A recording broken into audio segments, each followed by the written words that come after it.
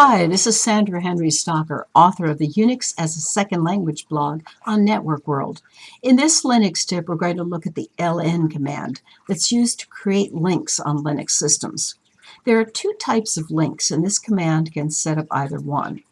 The most commonly used type of link is called a symbolic link. It's a file that points at another file or at a directory, thus making it easier to use that file or reference that directory. If you frequently use the wtemp file that tracks logins, for example, and don't necessarily want to remember where it is or type in a full path name, you might create a symbolic link that looks like this. So link-s for symbolic, and we'll type var log wtemp. And without a second argument, the file that we create, the symbolic link that we create, will have the same name as the file that it points at.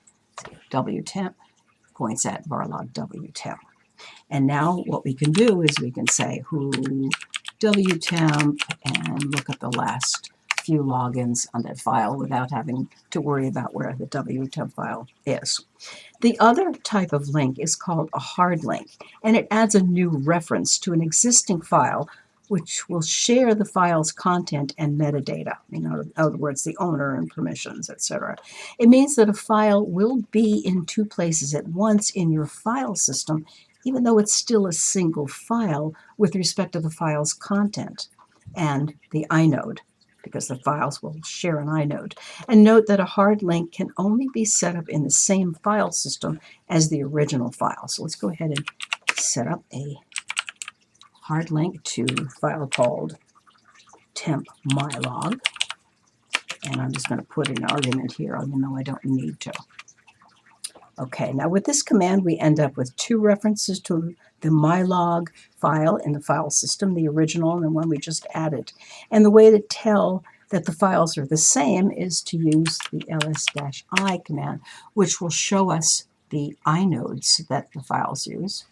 And let's go like this. And you can see that they have the same inode numbers. So in other words, they are the same file.